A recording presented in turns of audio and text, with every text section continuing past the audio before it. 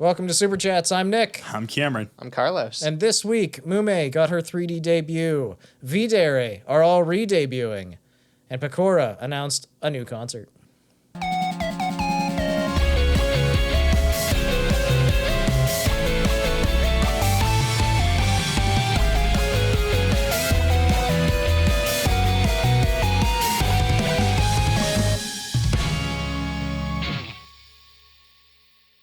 Whoa. So this is a VTuber podcast No. where we talk about VTubers. Maybe. All three of us. Yeah. And people watch it. Debatable. What you drinking? I'm drinking Shy Lily's Blowhole Blast, available now. I am too, except I mixed it with the mango meta and put it inside of the Shy Lily cup, which features her breasts and ass. And how does that taste? It looks like it's green. It tastes like a kiwi. Interesting.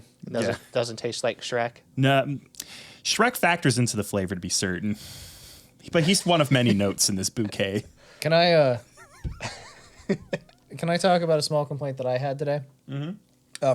First world problems here. Mm-hmm, mm-hmm. Went to I was having a very sleepy day today, and I was like, you know what, I want caramel mock. Oh, caramel mock. Yeah, so I went to the coffee shop this morning, the shop. and I was like, caramel mock, oat milk, please, because Oh, why'd you do that? I have problems with dairy. Oh. And they were like, ain't got none. Oh. I was like, all right, almond milk will be fine. And they're like, we ain't got none of that neither. They don't pander to the weak. And I was like, all right, well, I guess I won't have one. And they're like, we have coconut milk. And I was like, a coconut milk caramel mock, right? Kind of fucks. Okay, so I was like, fine, sure, whatever. You're Okay. taking like $7 from me already. Just fucking give me garbage. At least I'll have something that's caffeinated. I get it, and I take a sip, and my first taste, delicious, amazing, Yeah, wonderful, fantastic mixing of flavors. Swallow it, the aftertaste is like trash. Oh no. Like someone dumped sewage water into my mouth, and it's just like hanging there. Ugh. But I paid I definitely paid over $5 for this garbage drink, right? They charged me full price, which they shouldn't have done because they didn't have what I fucking wanted. First world problems. Yeah. Whatever. I spent my money. I'm going to drink it. Mm-hmm. Take a second drink. Aftertaste is a little bit better, but not really good. By the third drink, it's actually just fine. Okay. Like, at some point, I grew accustomed to it, and I guess it was on, like, drink 3 or 4. It probably just like shocked your taste buds for a second. Yeah, and then you got used to it. Coconut. I don't know. Yeah. That happens. First world problem, though. I mean, Yeah. you go to your normal coffee shop, and they don't have any of the stuff you normally get, and you're just like, what do I even do? Drink just coffee? It's just one of the major problems with civilization. It's true. Like my regular coffee shop is the Walmart grocery aisle where I buy the $3 half gallon of coffee. Like pre-made? Pre-made, yeah. Oh. Cameron weeps on the inside. I make drip coffee every day for the most part. Every once in a while, if I'm feeling spicy, I'll go get a caramel mock or something. Well, that stuff just tastes like sugar milk with a little bit of coffee, and that is perfectly okay with me. I do have some pumpkin spice non-dairy creamer in my fridge right now, too. Living my best life. Need to buy Uggs. You said something about civilization. Yeah, I was complaining about civilization. I have issues with it. Well, you should get over it. Because civilization is fantastic and wonderful, thanks to the wonderful deity of civilization that is God. Moomster. Oh my God, Moomster, the civilization deity. She always mooms. Wow, she do be moomin'. Tell me more about how she moomed. Well, this time she moomed in 3D. Oh my God, is this some sort of 3D debut? Coming straight at you, bitch. Oh It's my 3D God. Mumei. Whoa. Put on your 3D glasses now. Spy Kids 3D, but Mumei. Yes. One blue Mumei, one red Mumei. Together, they trick your eyes into perceiving a third dimension of Mumei. Mumei is but an illusion.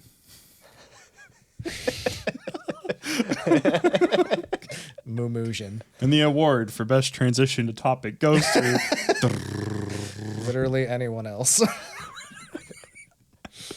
All right. But Mumei had her 3D showcase finally. Indeed. Mm-hmm. So I frantically skimmed it 1 hour ago. I watched the last 2/3 of it. I got it right as it was happening, about 20 minutes in.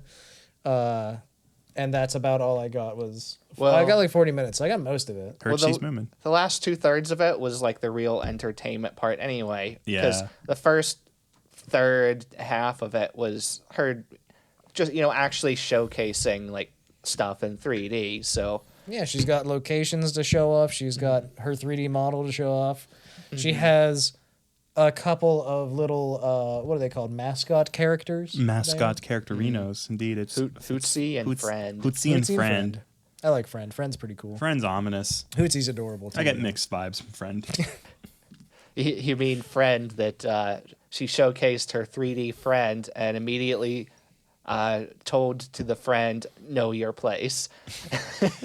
Accurate. Man, you want a terrible life, just be a mascot to any of these ladies. Mascots don't get treated well. Not usually, no. Kronii was actually, there was a clip going around of Kronii talking about how she got to beat up Hootsie during this stream. Yeah. You know, at first she was like, oh, I don't want to hurt it. And Mumei was like, it's fine. They can't feel pain. Just beat the crap out of it. Anyways, from the start, as we said, there was a lot of cool nature 3D places. Yeah. Yeah, we got to see her adventure home, which was actually quite pretty. It had berries in it. Of course. And then we got to see her forest, and it was enchanted and nice. Very nice. Her home had Very some nice. references to the rest of council. Yeah, in they it. had Kronii's clock. Wow. Reference. And other stuff. I forget the other stuff. Add it to the counter. Ding. Ding. Thank you, Nick, for upkeeping that counter through all these episodes. So the best I can do for us. She showed off the absolute territory of her model. Yes. One of the best phrases ever created. The phrase that's more than a decade old at this point, and I'm not sure most people even know what it is anymore. No, they've moved on. Have you? Do you know what it means, Cameron? I never started using it, but I know what it means. No, okay. She has a dagger, of course she does, with which to cut anyone who stares at the absolute territory too long, I'm sure. She can hurt people. She is civilization. It's known to do that. I've always liked Mumei's design, and seeing her in 3D just kind of reinforces it. Yeah, she's not as earthy as Fauna, don't get me wrong, but she does Yeah. have a very natural earthy design to her. I appreciate these like more, even though it's so like fantastical and standoutish in some degree. I like these more down to earth designs where it's like, oh, she's just cozy. Like, I could wear this and I'd be comfortable. That's a good way to think about it. It's like, Matt, picture that outfit. Do you feel the breeze? It might not be the best outfit then. I mean, hey, that's up to each individual person. You're It drinking is. from a Shy Lily cup, so you've got no room to judge. if I'm wearing Kronii's outfit, I know the temperature outside to some fair degree of certainty. You imagine wearing Shy Lily's outfit? I'm shivering. In this environment, I'm never shaking like making a it. fish. I'm not making it through the winter. I will not survive. The moment I came into the stream is when she was playing Blue's Clues, which was not Blue's Clues. It was, what was it? Hootsie Clues, basically, right? Yeah, Yeah. with Gargura. With Gabs Goobs. This part I saw a fair deal of. It was really fun. It was very silly. It was very straightforward. It was Blue's Clues. Gura, as usual, like communicates ideas that are important to her in such bizarre ways and tendencies. Like she always arrives at things like if she has to get on an escalator, she's gonna dig a hole beneath the escalator so she can enter the gearworks and then emerge in the escalator. Like she just doesn't step. That sounds like Goobs. She just has to. She has a very unique perception of the world, and she approaches things as she sees fit. Yeah. That's all there is to it. Yeah, unfortunately, these clues didn't leave a whole lot of kindness to your imagination. Yes. Yeah. The clues were placed very strategically on a rope, some scissors, some handcuffs, and friend. Yay. So what did this equal out to? Aside from, a fun Friday night. They wanted to make friendship bracelets. Of course, Oh, that's of what you do on a course. fun Friday night. That's exactly what you make friendship bracelets out of, right? Rope Yeah, that's where Gura and communicated. handcuffs. Yeah, I mean twine, something similar. It's all the same, really. It's just thick twine, Yeah, we should make friendship bracelets. We could. We already have one. Me and Nick are friends. Where's your friendship bracelet? Oh, I'm too poor. I'm sorry. Ah, excellent. Good. Just this once, I'll be friends with a poor. Where's your Apple device? That's the question. Why don't you have a laptop? Android? Do you mean peasant device? Maybe you should call your loan provider. He sent me a message. There was a green bubble. I threw my phone out. I literally vomited and cried and went to the ER, and my dog died on the way. Never text me again. Text. I only accept iMessage now. But If it's not a FaceTime, I decline. But what I really liked was the transition from this cute little house area to the nature world, because she bonked us and we got fucking passed out. It was legitimately a Skyrim. And then she dragged you outside and went, you fucking wake up after being knocked unconscious. Oh, hi. It's like, hi. Hi, Moomster. I literally envisioned the camera guy squinting up at her like that one Willem Dafoe meme, like, hi. Why did you do this to me? I brought you outside so you can see the beautiful nature. Uh-huh. Just ask me, lady. There's nicer ways to do this.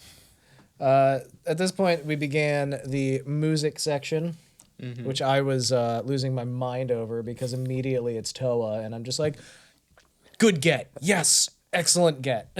Like, followed, well, I guess, like, we should talk about that instead of just breezing over it. Wow, talk about things. Okay. I'm ready. The best part was they made each other say things in their own language. So, of course... Oh, wait, what did Mumei have to say for Toa?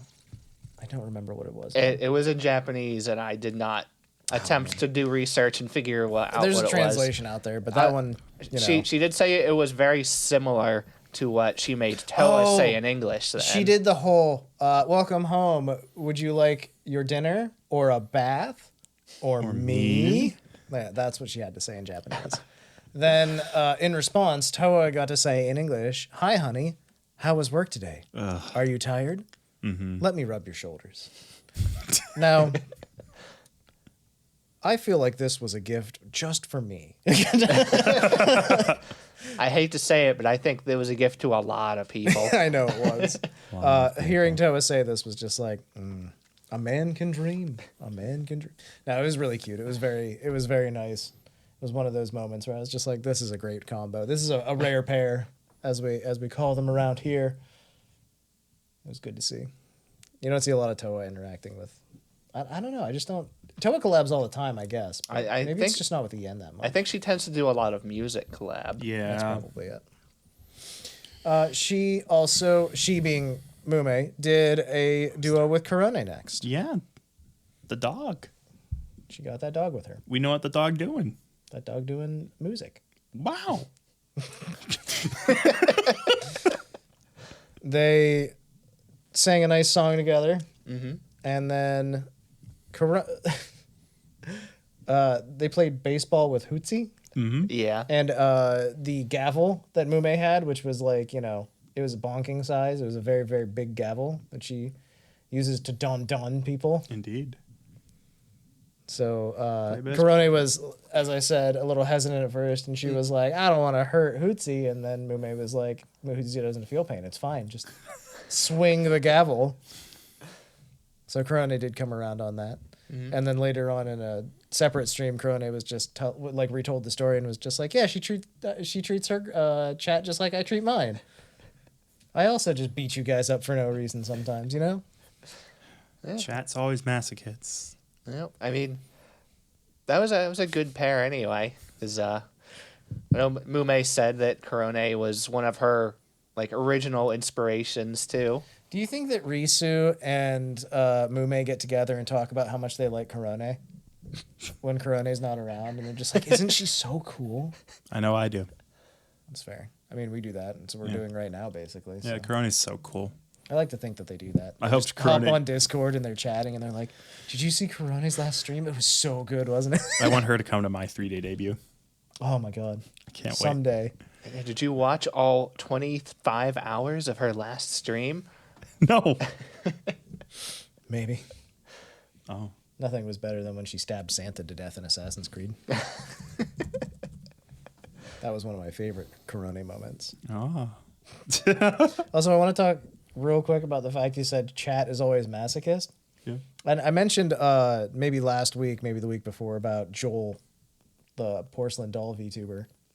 Mm-hmm. He was doing a collab at one point, and the person he was collabing with was just like, "Why is there another one of you in that cage over there?" And he's like, "Oh no, that's chat. I put chat in a cage as a joke like a year and a half ago, and every time I take it away, they start screaming now." He's like, "Watch," and he takes it away, and just the word "no" starts flooding. It's like everyone's screaming in chat, and he had to put the cage back for them to shut up. Classic. All right, back to Mumei. Next was a duo with Polka. This is the one I was excited about. See, I had Toa. We'll just say that Kronii was the most exciting for you. For Carlos, and then Cam had Polka. Polka. Love that fox. Yes, as does everyone. I really wish I could watch more of her. Yeah. She's so good. She has a fully translated weekly series that just ended. I think forever. Polka no Densetsu, The Legend of Polka. I do remember The Legend of Polka. Yeah, it's a good series. There's a ton of good stuff in that series, actually. The moment that I latched onto from the Polka Mumei meetup here was when at the very end, Polka just ran up and hugged Mumei real quick and then ran away, and Mumei didn't know what to do. She was just flabbergasted, and she was like, "Did I just get hugged? What just happened?" And then she had to bring herself back together and move on to the next thing. Yeah, and you hear off in the distance Polka just going, was it Mogu Mogu? Mogu Mogu Mogu. As she eats Hootsie.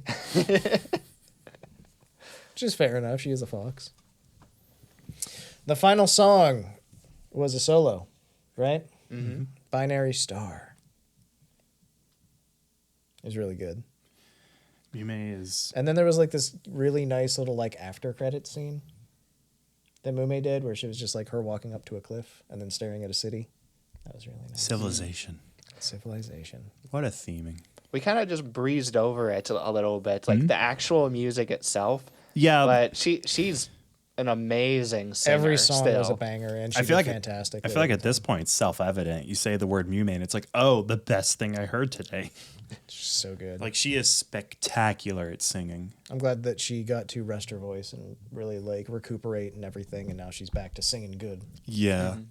Doing her 100-song karaoke's and stuff.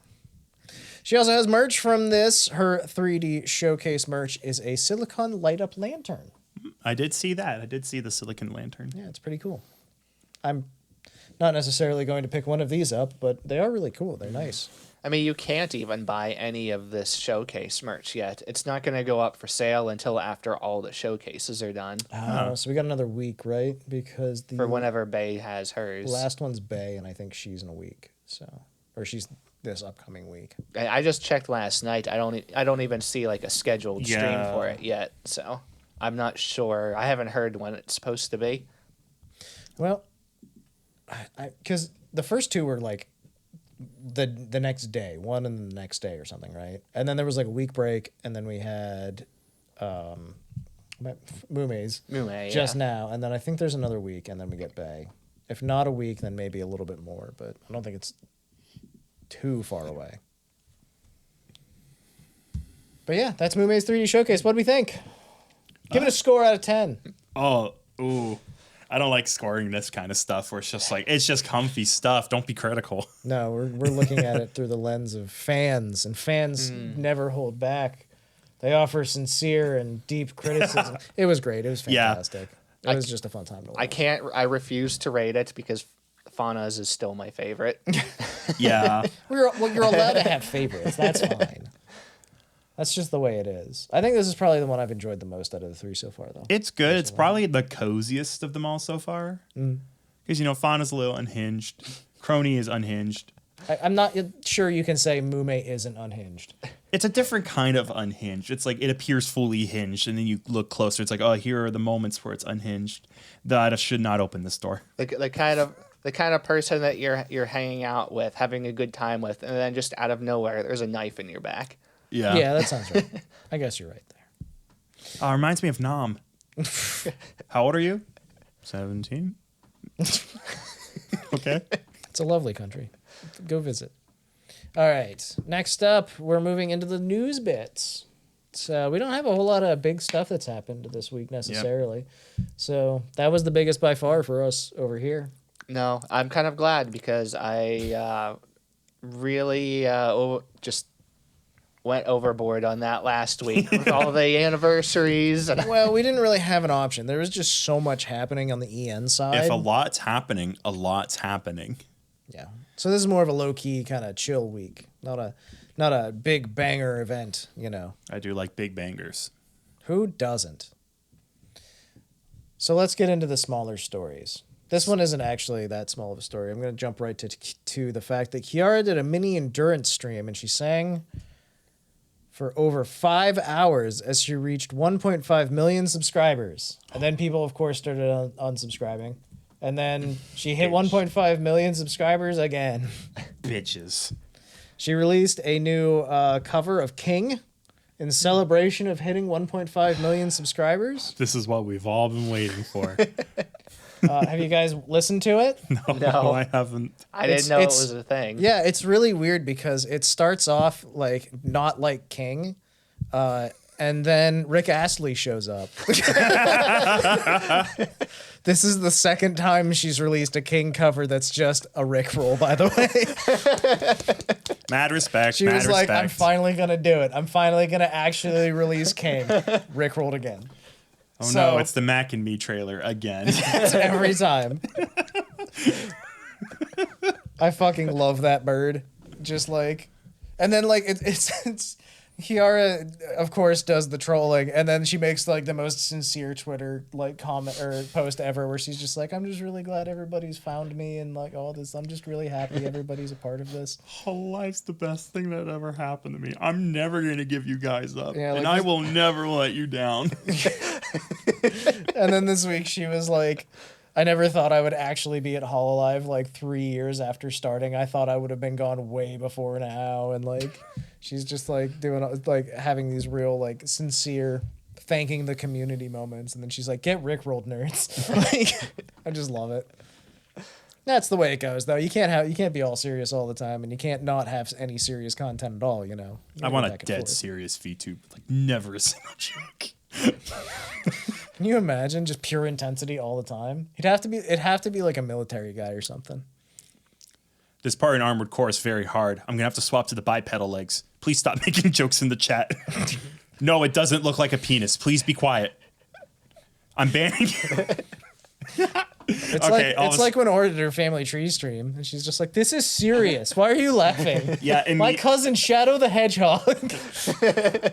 I was joking about how unentertaining it would be, but I immediately realized it'd be the funniest thing. Exactly. Like, if you can deadpan for real and just keep it going for literally hours, like, that's what made Airplane great as a movie. So I don't see why you couldn't make it work as a VTuber. I don't have a good poker face. That's my problem. Crumble to bits. I laugh at my own jokes all the time because I'm a fucking, I don't know, sad, I guess. You know what's not sad is Luna got new hairstyles, baby. Yeah, that's the opposite of sad. The Candy Princess got a side bun. I'm so jealous of her. It's really cute, as always, and you'd expect it. Are those glasses? Oh my god. They are glasses. Megane. She got a nice, cute, fuzzy hood to pull up. Looks like she wrapped herself in a bath towel covered in stars. Adorable. And, oh wow, is that a new hairstyle too? She got a really big, cute, it's like a traditional style flower hairpin for her side bun hair as well. Really nice stuff. And the tiny hat. Of course, she has a tiny hat. It's adorable. I believe that this has been rated adorable out of 10. Congratulations, Luna. You look great. Adorable out of 10. Equally adorable is Botan's new music cover from Cover Corporation. That's the name. They call it that because they cover things. I'm going to say yes. Like murders. That's never happened. We Here's built your this money. facility, this mocap facility on the dead. It is a song called Then Your Thought Should Just Die. I was pretty close. Yeah. I was close to the title. The thing that was really weird about this cover is she didn't You know how like there's like a video cover process too, where they like redo the entire video, but with Botan as the main character. Oh my God. It's literally the same video this time. There's no difference. Was Botan in the original video? No. What? I don't understand it. I mean, maybe I'm just wrong or Yoink? something, but it is really strange because they didn't change the video as far as I could tell, like at all. Okay, this is what's known as research. Yes. Is it this very edgy looking one It's- that looks like that's something? it.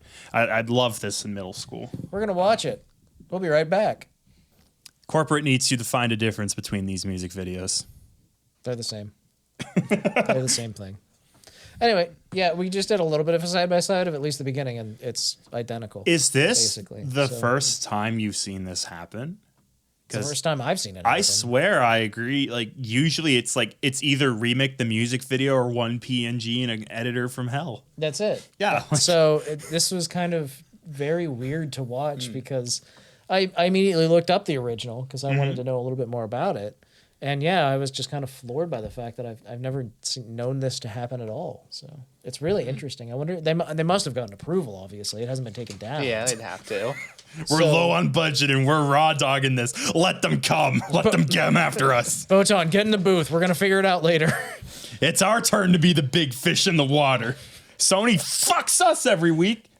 Time for us to fuck someone else. There you go.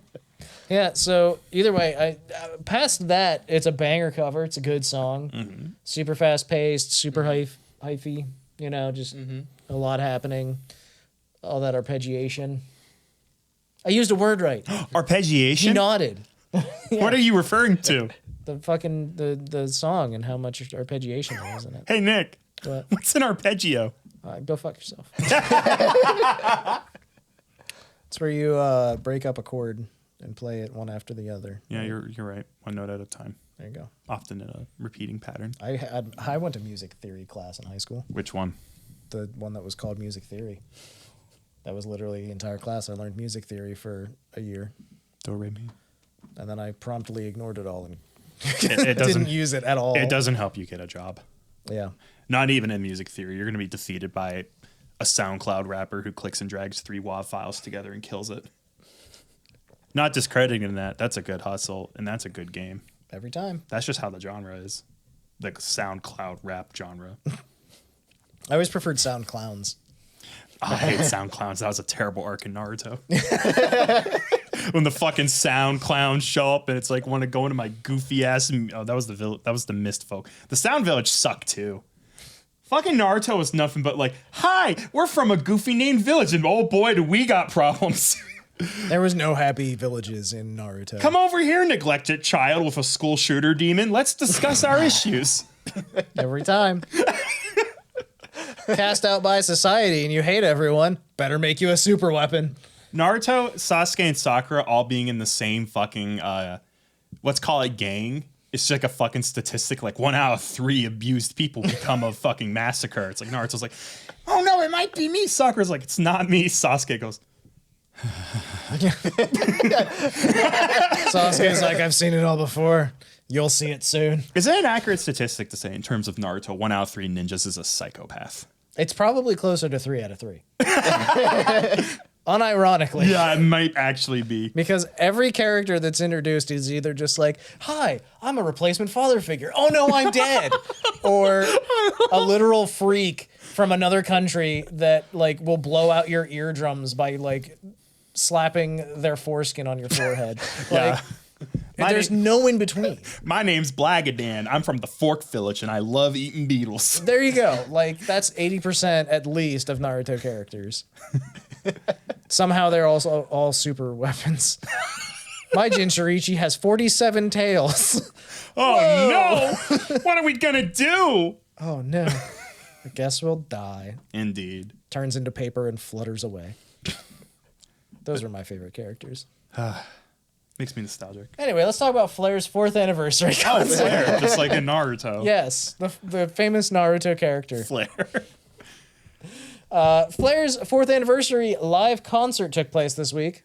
This was a fairly major story. She scheduled I it pretty figured. poorly. A lot of other people just had their anniversary. Well, her anniversary was actually on August 7th. Oh, wah, wah. Wah, wah, indeed. Not exactly sure why this got postponed and moved to here. It happens every once in a while. Yeah, scheduling difficulties, I'm sure. What if we move her anniversary to all the others? Hey, this was a week later. It's fine. There's no problems here. There is no war in bossing. So. Our fans always forget the previous week.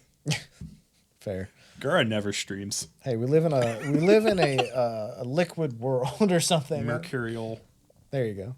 The track list. We don't have the track list. We have like who she performed with in what order, basically. Because the songs were all gorgeous. Because though. this was another stream of nothing but Japanese only songs. What are you talking about? My favorite song is With Watame. Fair enough. Originally performed by Ed Sheeran. I think I recognized most of the songs from this, but I didn't know what the English name was. So. I'll write the Japanese name, dummy. Duh. Yeah, Yeah, I'll try and read it with my like knowledge of four Carlos, hiragana. Let me just use my Japanese keyboard to type it for On you. top of writing our show, watching VTubers for us, do some Duolingo, my guy. All right, I'm going to go ahead and order an MSX2 from Japan. It's a computer from the early 1990s. It's the only thing you're allowed to use. Carlos, immerse yourself in the culture. That's the only way to truly learn. All right, as long as I can figure out how to get Genshin and Star Rail to run on it. Okay, perfect. You can play the original Metal Gear. Can you put your That's on MSX2. Can you put your credit card on it? It'll run Genshin. There you go. Literally, the perfect Genshin machine is just a credit card swiper. You joke. It's a credit card swiper, and the little digital display shows like a PNG of like a 7 out of 10 anime girl. It's like, not bad, not bad. Goddamn. Genshin Impact catching all the fucking crossfire right now for some reason. I played Genshin. I liked it. I played it. All right, so the concert. That was a statement. I didn't play it for long, and then I went back to my stupid boat game because I like boat bitches. Boat parade. Oh, man. Good. Play Azur Lane. The models are very realistic.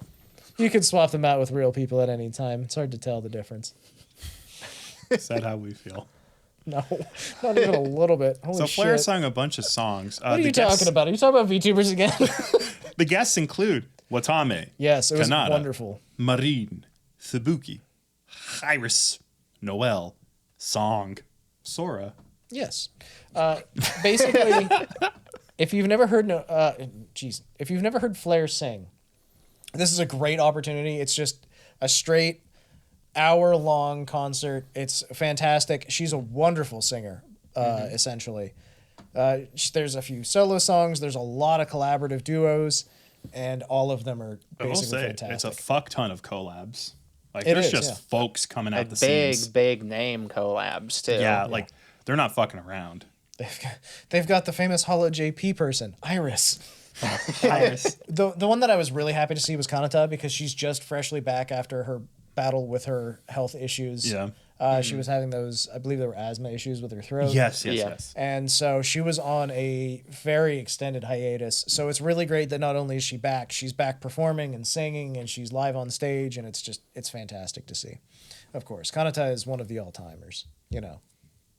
Of course, her, you know, getting to sing with Marine and Fubuki and all of the other big names is always fun too. And it's always hilarious when Iris just pops up and is like, I'm a singer. Also, I'm technically not Holo JP, but who cares? She I don't lives there. She speaks the language real good. She's treated as such. If I don't sing tonight, they're turning off the lights. Yeah. Iris, I need to pay my bill, Riss. Iris, I'm dying, Riss. No. So yes, just in general, it's a fantastic concert. Seriously, if you've got an hour to kill and you want to hear some really pretty music, it's a fantastic way to do it. We know you have an hour to kill because you're watching Super Chat's podcast. Yeah, exactly. Also, it's literally a free like Hololive concert on YouTube. Just watch it. It's so good. Free. Pekora, speaking of concerts, has announced her first solo live Whoa. for December 6th. Is that what they call it? Solo live? Yes. Han Solo makes an appearance. Oh my God. I'm solo. I'm Han Solo. Solo. So seriously, she will be doing the fact that it's her first solo live is kind of strange because she's part of Gen 2 or no, Gen 4, Gen 3. Who cares? Doesn't matter anymore. Siri, I have questions.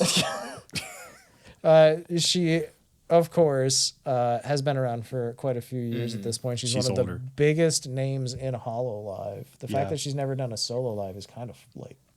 Is music something that she's especially known for, though? I know she does a lot of singing, but I don't think it's ever been like a big focus of her. Have you never heard her opening song, Boom Boom Cha? It's very well known. No, I don't think she makes a big focus of singing. She has some songs out. There's a really good one she did with Miko a while back that was really, really popular for a while. But I wouldn't say that it's one of her primary focuses. She's kind of just big on streaming and gaming and stuff as far as I know. She has sung the contractually obligated amount of singing. Basically, the same can be said of Ame. Or Botan. True.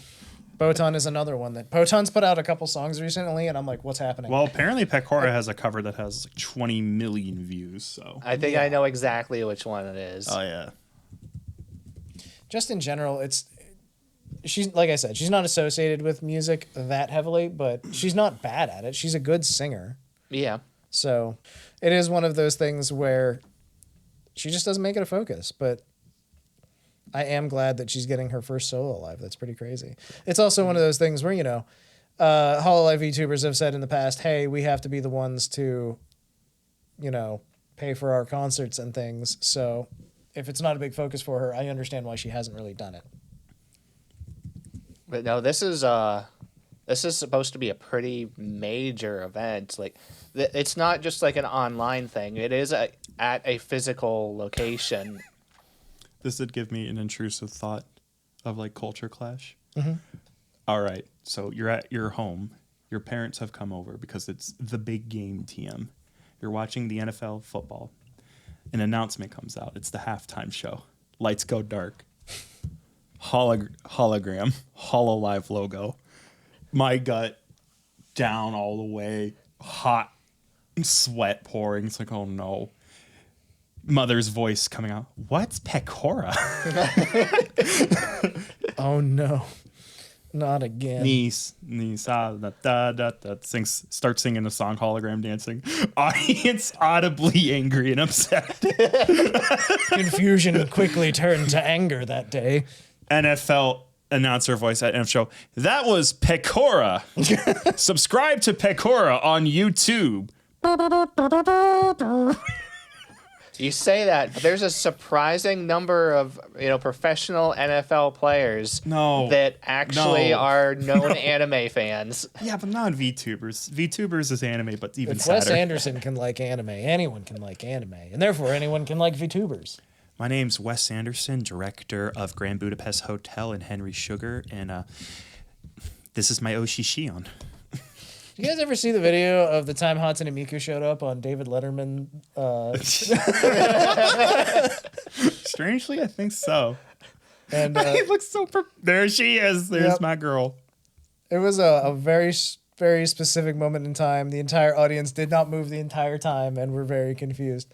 There was also a moment in time where Hatsune Miku, for some reason, was the official spokesperson for the Toyota Corolla in America in like 2014 or something. Now we have to rewatch the Hatsune Miku Domino's commercial. All of this to say, Pekora. these things sometimes happen and they're weird, but I'm always entertained by them. I Yeah. mean, there was a span of about 5 years where Miku was actually in American culture. Yeah. And I think she's been almost entirely forgotten at this point in American culture. Outside of the anime conventions where I still see 45 Miku cosplayers per convention at least.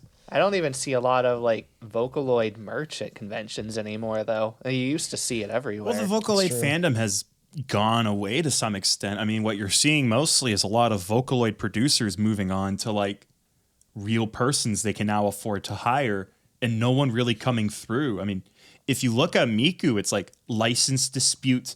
Miku's voice, I don't think, is even hosted on the Vocaloid platform anymore. Yeah. Like, it's complicated. The people you liked who made Vocaloid and made it the fandom it was went away, and they're doing other things, better things, and no one's coming to fill the void, except for weebs like us who really liked it and know how to write those songs now. Well, a lot of them kind of went through the same thing that a lot of anime producers do, where it was like a springboard for their career. Yeah.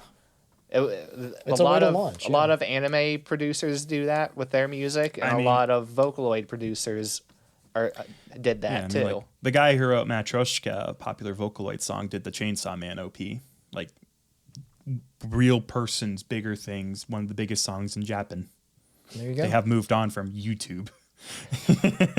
That's how it goes now. There's a shocking amount of voice actors that started as just dicking around on YouTube, and now they're professional voice actors. Like, it's a dream. It's a way into the market.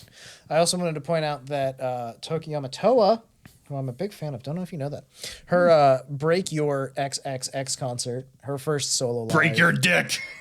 Well, she has this thing that's actually what you're supposed to fill in the blank because Dick. that's what it is. Sure, you can do that. There's a thing where you write it in and you get it printed on official merchandise. I wouldn't really want to walk around with a sticker that says "Break your dick" on me. But a lot of people are like, the suggestions are like anxiety, doubts, fears, break your, the bad things of your life. Then you got fucking Cameron over here disrespecting the very concept. Just like everyone else on the internet who made the break your dick joke. If the fill in the blank is 3 X's and it's break your, it's either like break your ass, break your dick. It always will be. Anyway, that's coming up on October 13th. It is at the Tachikawa Stage Garden. It's an actual like live concert venue. It's a solo live for real, just like Pekora's. Wow. And you can go and view it. They have just announced that they're doing a second run of the merchandise because it all sold out. Understandable. People are very excited. But right now we're going to get back to the Pekora concert that's coming up.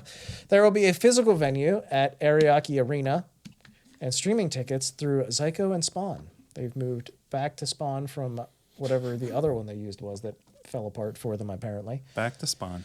There you go. Like Seth MacFarlane. It's 8,300 to 1,200 yen for venue tickets on a lottery system, 6,500 yen, which is basically the bog standard for online tickets. That's roughly equivalent to between $35, $40, somewhere in there if you're spending burger bucks. So, there's concert merch. Of course there is. There always is. As I said, the Toa concert merch is actually getting a second run because it was so popular. Ladies and gentlemen, light your way with the Rabbit Alliance pen light. Beautiful. Towel off after getting sweaty with the Rabbit Alliance towel. Creepy. Hide your breasts with the Rabbit Alliance t-shirt. And of course, Modest. The Essentials Pack purchase benefits includes the 100% Rabbitality badge. Rabbitality. I knew that Finally. Mortal Kombat would be tied in somehow. Finally verified. I have gone to doctors who are not sanctioned. They could not guarantee 100% Rabbitality. That's very impressive. Yeah. Did you guys hear about the lawsuit? No. From so Rabbitality lawsuit. that's what brought it back to my brain. This is our word. Is that Pekora did a collaboration with a cola company, and we have to be careful how we word this because they sued somebody for saying that the Pekola that was produced included a certain drug that was known for having been in a different cola in the past. Very wise. They posted about it online. It was taken seriously. The people were contacted and they were going to be sued. And then they found out the person that posted it was a minor. And they were like, all right, we'll just apologize then. And the person apologized and the lawsuit was dropped. Pekora lore. So there you go. This has happened in the past 24 hours. Some beautiful corporate lawsuits ruining people's lives for the fun of it. Yep. Aren't we glad we did this? Good job, us. It wasn't Hololive that pursued the lawsuit. It was the cola company that they were collaborating with. Yeah, that's what I figured. A lot of people, the general response on the subreddit, who is not a cult, was don't fucking post bullshit online, kid. And I'm just like, it's a literal child. That's what they do. You post bullshit online. Like, I imagine it was formatted to be a dumb joke, but I guess I'm not 100% on that. It could have been actually a legitimate slander as it was taken. So, yeah, I don't do that either way, but it's just a weird situation that occurred. So just be careful what you're saying online, I guess. It's just like a the whole crux of the issue. It's just like a why situation. Why does this even have to be a thing? That is a very good question. Welcome back, everyone. We're now taking over with someone else who had difficulty during the middle of their stream. Shiori got a slap in the middle of her stream. Not the physical kind, the kind that actually hurts VTubers. A copyright slap. She was streaming a movie that is in the public domain, Rebecca by Alfred Hitchcock, a man of some acclaim. I saw some of this. That was definitely an artsy movie from the black and white era. That makes sense to me. Most of the stuff that, well, I mean, if it's public domain, it's going to be black and white to start with. Because that's typically the movies that get allowed to enter the public domain because Disney fucked up the copyright system 100%. to an irreparable degree. Also, side note, if you ever want to watch the 1928 Mummy with me and live stream it, I'm down. I love that movie. So Shiori is literally streaming content that has no copyright on it at all. And I get why she's doing this. Like, it's a novel idea. Most VTubers, when they do their watch-along streams, they suffer from the fact that they can't show the material. Yes, 100%. They need other people to get it. It's kind of sucks balls because it's fun to watch things all together and not ask your viewers to jump through hoops. To be frank, anytime you do it, you literally probably lose like 1,000 people who would be interested otherwise. Yeah. I know this because I've never fucking gone to one of these.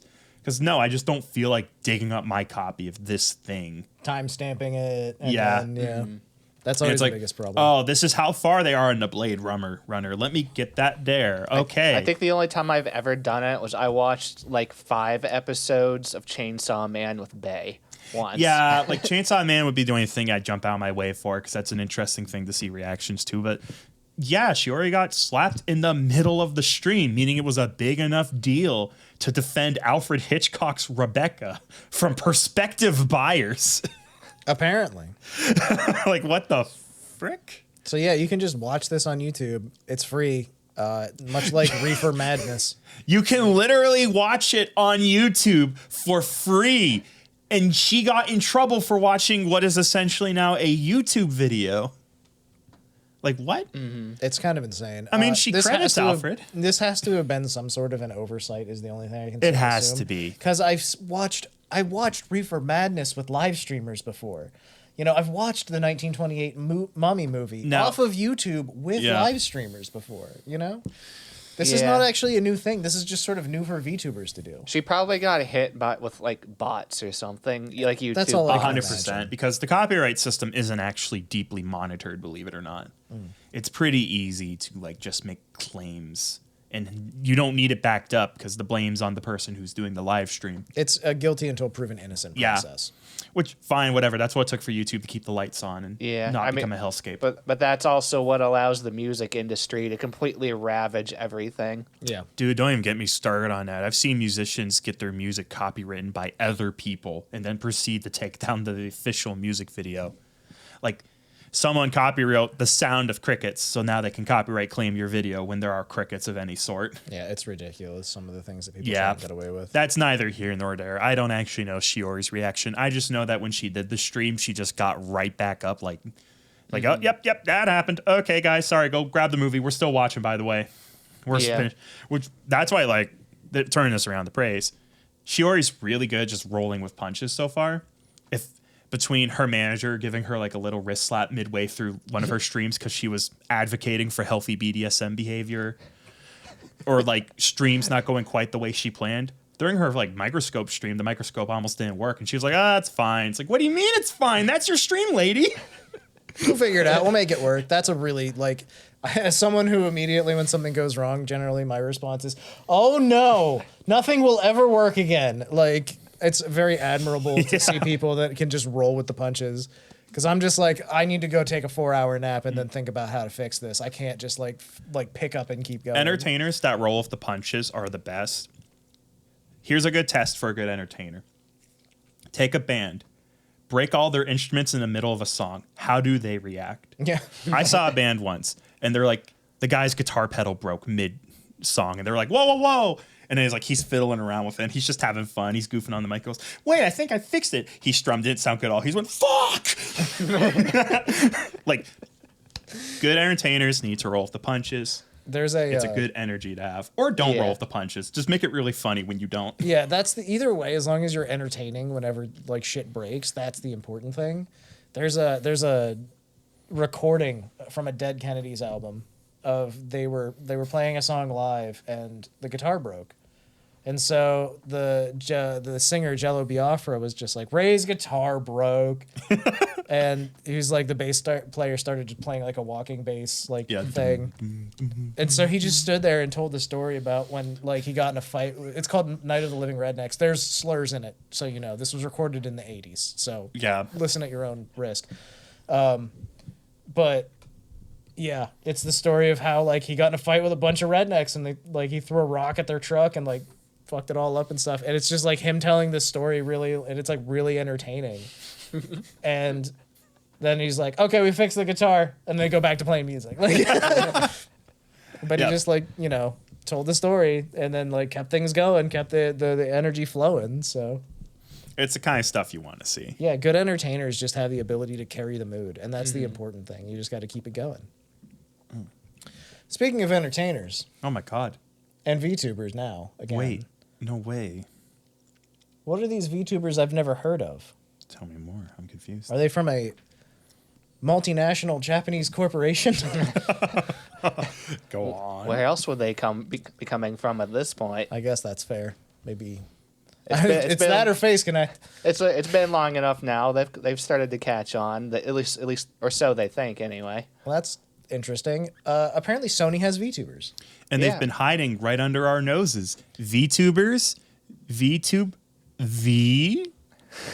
Amazing. Now this is where we insert the Patrick meme, where he gets home and there's a bunch of eyeballs under his rock, and he goes, "Who are you people?" Who? Yeah, this was weird. Like, this just kind of like came up randomly in like one of my feeds online, and I think some of this even came from like a false ID headline where I'm like, wait, they have VTubers? They don't just have VTubers; they have a lot of VTubers.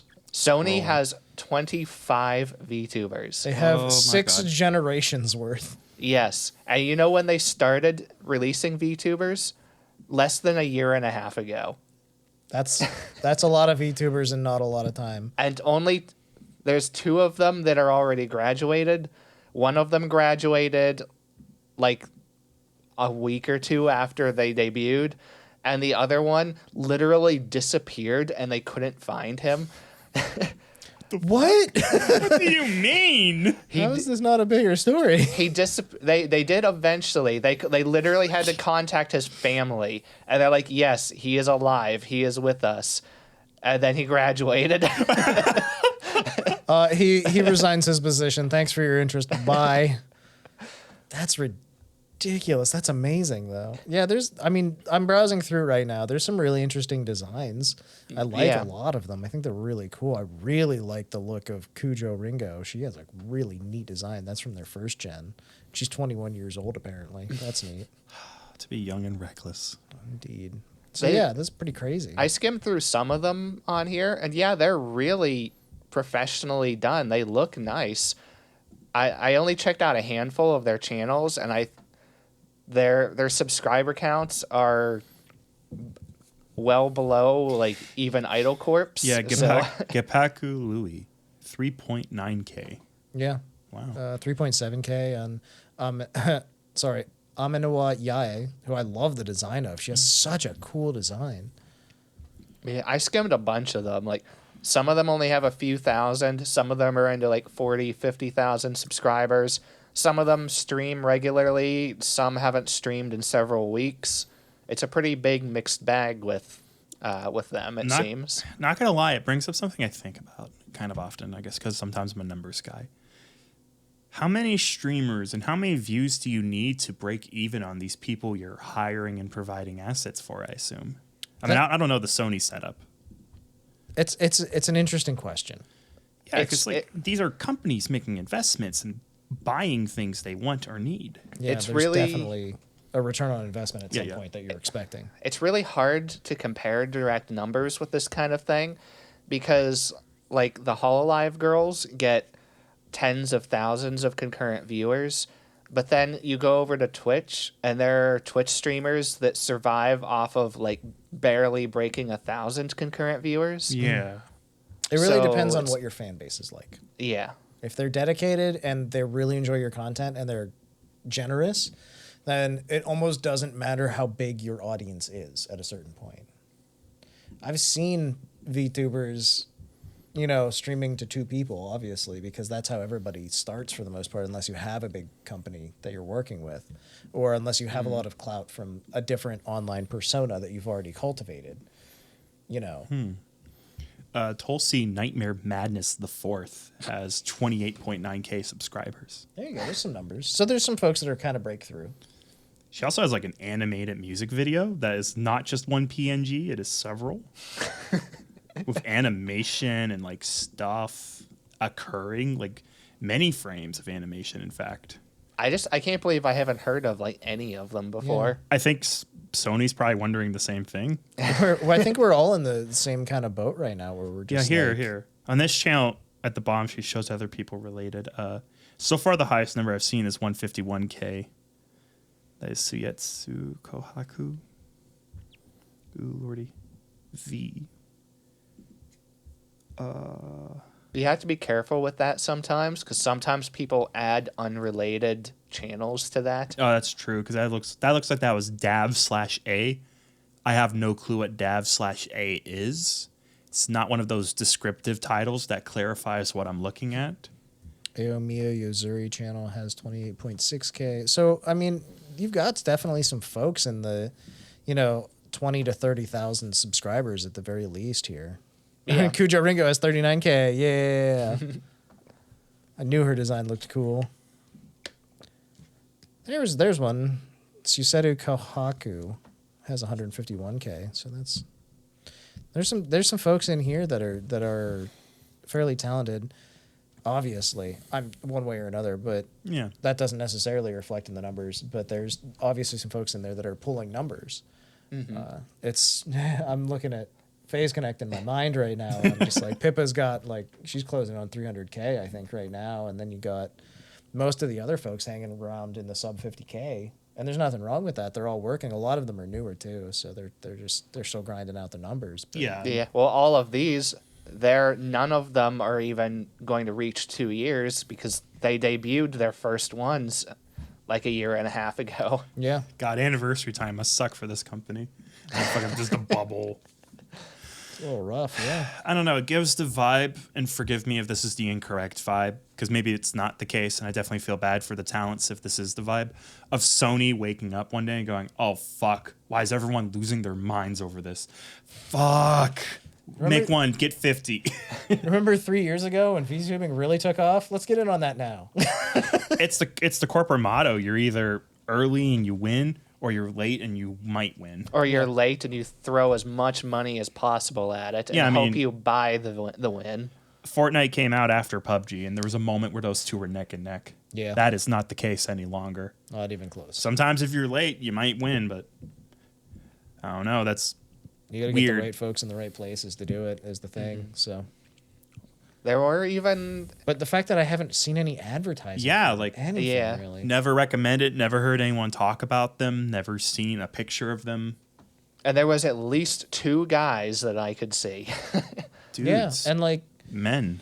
I don't know, because even on Fellas. the virtual YouTuber subreddit and stuff, Yeah. that's where people promote themselves, and if they're popular, they get boosted right to you. So that's how I heard about Pomato Master and a few others, and just folks that are out there. So Pomato Master is really great. She's funny.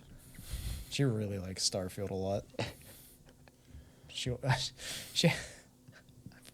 She has one of her models has a Todd Howard documentary. What have we done to this man? It's so fucking He has a good. family and a wife, and he lays down next to the wife, and she's like, "How was work?" And he goes, I got another video from Pomato Master asking me for a sponsorship deal. I feel like he's less tired and more naive to it. It's like, it was a great day. We worked on the next Elder Scrolls game, and we had a meeting about the Starfield DLC. I had a good time, and it feels like we're finally doing something right. And the wife goes, someone drew art of you fucking an anime girl. Okay, good night, honey. Oh well. Them's the breaks. Am I right? They're just having fun. Fauna approved, I guess. That's Fauna not approved. shocking, I guess. Yeah.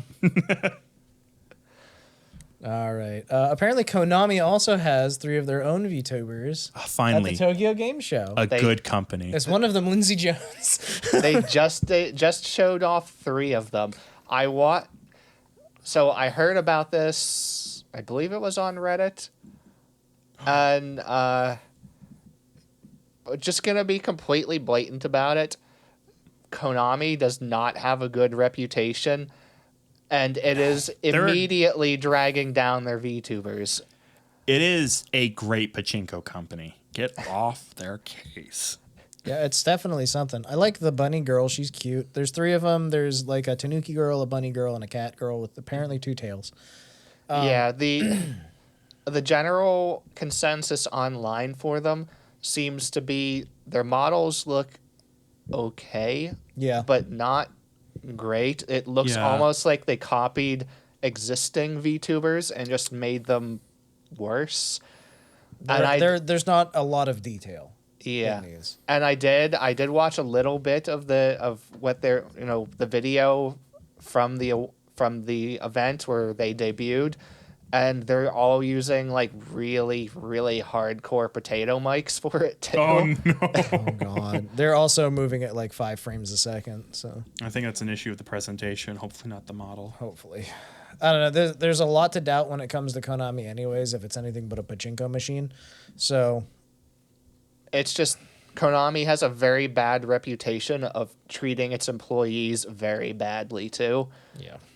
The only upside to this was, from what I could tell, it's not really Konami. It's a company that was sort of bought or sponsored by Konami. So it's not, they probably don't have direct involvement with the people that are running this. Mm-hmm. It seems like a kind of a startup that's latched onto Konami. I mean, much like a tumor latches onto. No, I would say it's a weird move to want to associate with Konami. They're a big name, but again, they've lost a lot of international respect at the very least. I'm sure they're still more well regarded in Japan. Yeah, they're probably not shooting for international. They probably do not care. No, this was the Tokyo Yeah. Game Show, and they are Japanese. This is not for an English audience. I'm going to go out on like a whim and say appealing to the English market is probably really confusing to some of these companies. Because like Konami, to some extent, they have an idea. Like Yu-Gi-Oh!, speaking as a Yu-Gi-Oh! Fan, they have a good idea. They have a different rule set when you play it in America. The cards come out at different times. They feel like they have a good idea. They communicate fairly well, not perfect, far from it. They sponsor pretty good YouTubers. Like all the Yu-Gi-Oh! Tubers I watched and passed my vibe check have been sponsored at some point officially. But I imagine otherwise, whenever it comes time to like hire streamers, it's like, what do these guys like? Because like we like organized people dancing, doing short skits and weird like kind of organized comedy, usually based around puns and hyperbole and hijinks. What do they like? I don't know. I will Google what they like. Chaos. So, hey Chief, I'm back from Googling what they like. The most viewed video in America was Markiplier 5 Nights at Freddy's top 10 funniest moments. We cannot do that. That's basically it. It's like just confused because how are they supposed to figure it out? How are we supposed to figure them out? Can we ever come together? Will the wars ever end? Yeah, you find somebody that speaks English and Japanese and you have them translate what you're trying to do to somebody that can make it happen. HoloLive still And you doesn't hire know people what's going on. You hire people locally that already understand the culture and you just have to trust them. Yes. And that's pretty much what's happening even at HoloLive. Like, it's just the English talents going, trust me. You have to go out on a limb if you're going international. There's no other option. You just have to hope you find the right people. So with that in mind, Konami probably has no real interest in appealing No, probably to not. the English market. At least not until they think they can get a hold of their own market first. Yeah. Which Like, is you what have to this is start for. somewhere. Yeah. Konami is kind of famously an inward first company, and then they branch out to the international market. Unless you're talking about that weird soccer game they keep making that no one plays because everyone's busy playing. That's on FIFA. the fucking Fox engine that Kojima died for. Pro Evolution Soccer. That's Yep. what it is. All right. Well, while we're talking about corporate VTubing, let's talk about something cool. Go on. V-Dere is set to re-debut. Oh my God, V-Dere. Yes, V-Dere, which is a group of 4 VTubers that have come together. They used to be just called buddies, which is my favorite factoid. They are now officially V-Dere. They have a website that's pretty slick. They have a group identity that they're working on, and they are re-debuting in the coming week. So on Friday, the day this comes out, after you're done listening to the Super Chats podcast, you can go and check out, starting at 8 p.m. Eastern Standard Time, Elia Stellaria. She is the biggest name in the group. She will be re-debuting first. She has 37.8 thousand subs currently. Ooh, numbers. Followed by Irie Viridis. Followed at 9 p.m. At 10 p.m., we hop over to Mozumi Peachy. And then we end at Kira Spika. I'm guessing that's how you say it, at 11 p.m. So it runs from 8 p.m. Eastern to midnight, basically. Yeah. Hopping from one to the other to the other to the other. That's how a relay works. And again, it's interesting because this is a talent-run company. Mm-hmm. There are no suits. They are the suits and the dresses and the talent. Exactly. So they're worth supporting in my eyes. Yeah. I watched Mozumi Peachy a little bit. She did a really fun stream where she played Starfield, and every time she encountered a bug, she ate a bug. Because, of course, you did. Is she actually just Shiori? Fucking gremlins. That's what they are. But they're a smaller group as far as the numbers are concerned. Elia is, like I said, around 38K subs. Everybody else is hovering around the 10,000 sub mark, up or down a little bit there. So, hey, check them out. Several tens of you that watch this. Thank you all. We went from no one to tens. Yeah. How long till we just stop mocking ourselves? We're doing good. And you're doing good for having excellent choice in podcasts. There was a little bit of drama with the V-Dere redebuts. I will say that. And in my opinion, it's a bit of a kind of a silly drama. But I hate drama. People got a little upsetty spaghetti. So here we are. Basically, Elia is, like I said, the biggest name. And she had to put out basically a sort of press release. What she did, she had to put out an announcement that she's aware that the times for her streaming don't line up quite well with some of her audience, and that is unfortunate. The redebuts are specifically targeted for an American audience because we are the biggest audience. And this was upsetting to some people because she's British in it. Oh, no. So people got all up, again, upsetty spaghetti, and they were like, this is bullshit. Why are you changing? You normally stream at this time, but you're redebuting at this time. And she's like, her response was basically, we're targeting our biggest audience. Sorry. Like, this is just what it is. You guys just don't matter. Take that, you fish and chip eaters. Which is not at all the message. Please don't take it that way. Too right. Too right. For real, it's a business move, and sometimes you got to make them. And frankly, it's understandable. At the very least, in this case, it makes sense because it's a relay. Yeah. You line up with everyone else. Yeah. The other thing that she said was, yeah, our talent's from a lot of different places. Like, Yeah. there's only 4, but they're in different places, so the times they got to line up where their schedules can. You know, makes a lot of sense. So if you've got the time tonight, after you've finished watching us, go check out V-Dere's redebuts. They're pretty cool. Shigure Ui, also known as Ui Mama, the mother of Watame, in the fact that she drew her. Okay. Thank you, Sonic. Has reached 1 million subs because she is also a VTuber. Oh, congrats. Yes. She's also the character designer of Ozura Subaru, apparently. That is pretty Am I wrong about who drew Watame? I think you are. Fuck. Who drew Watame? Which one of you sons of bitches did it? I'm going to find out. And when I find out, I swear. There's going to be consequences. It was Fumi, is the artist who drew Watame. Ah, I've been proven wrong on my own podcast. Well, that's the last episode of Super Chats. We were you, going till everybody. Nick was wrong. The genie wish is now broken. We are no longer friends. It's happened. Finally. Ui has recently unveiled a new, very interesting and very popular model. It's a 3D model. Okay. It's a lowly Ui. It's her as like an 8-year-old or something. Popular. Very popular. She did a very popular stream where she was in a prison and she was just like, now everybody here is in cages for a reason. That's how I would start my stream too. Yes. Let's establish tone. She also released a I don't know if I think it's an original song. I don't think it's a cover. That I don't really want to get too far into this. This is kind of like it's kind of fucked up to be making jokes about it, but it's about her being. She has one of those like child alarms that they have in Japan. Have you heard about these things? They're a keychain that you give to a child in Japan, and if someone they don't trust approaches, they yank the keychain and an alarm goes off. Okay. That's the entire joke of the song. The entire joke of the song Is that she's going to pull the alarm. is that the child's in danger. Yes. By being in contact with you, the person listening to the song. It has 8.5 million views. Of course it does. The cover or the original? I don't know if it's a cover or not. I think it's an original. It'd be. This was also a particular thing.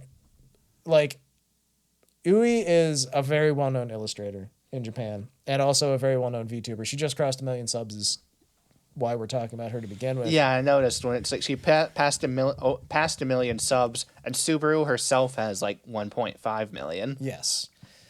I walked into a bookstore when I was in Japan. I walked upstairs, and Shigure Ui's face was everywhere. Huh. Because she was doing an official sponsorship deal with, I don't think it was Softmap, but it was the very famous, very huge manga shop in Ikebukuro. And so I walked up, and there's literally just movie screens of her just like talking about the stuff that you can buy from her and stuff, and the different books that are available in the shop and things like that. It was Big. very, very cool to run into. I wish actually. I could do that. So yes, there's no indication as far as I can tell that it's a cover. I believe it's an original song, and now it has 9.7 million views. Learn Japanese. So there you go. You can listen to the song. Yeah. Enjoy, Join in on the joke. folks. Wow. All right. Congratulations, Ui. That's the important thing. Thank you. You're Congratulations. over Good 1 work. million subs now. Good work. Keep it up. 1.08 million subs. Kronii is now an ant. That's a big milestone. They send you a plaque for that at YouTube. That's true. Congratulations to Kronii. That's all the information we know. We hope you enjoy being an ant. She does give like aunt energy with like her jokes and humor and vibe. I feel like Narissa really does. Yeah, I could see that. Louis too.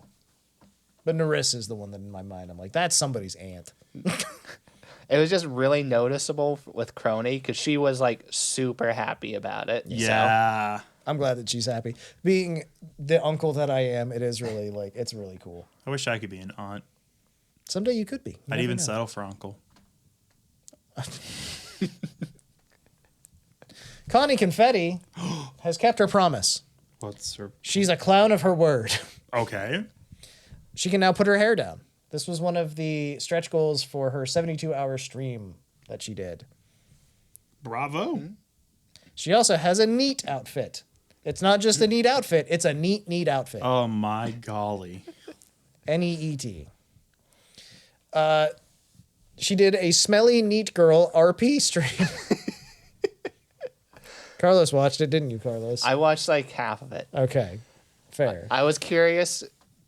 That's just it. I was just curious. Oh my god, she talked about Hibane Renmai. That's a fucking deep cut. Alien 9, Serial Experiments Lane, Fuck, I'm gonna have to actually watch her. God damn it.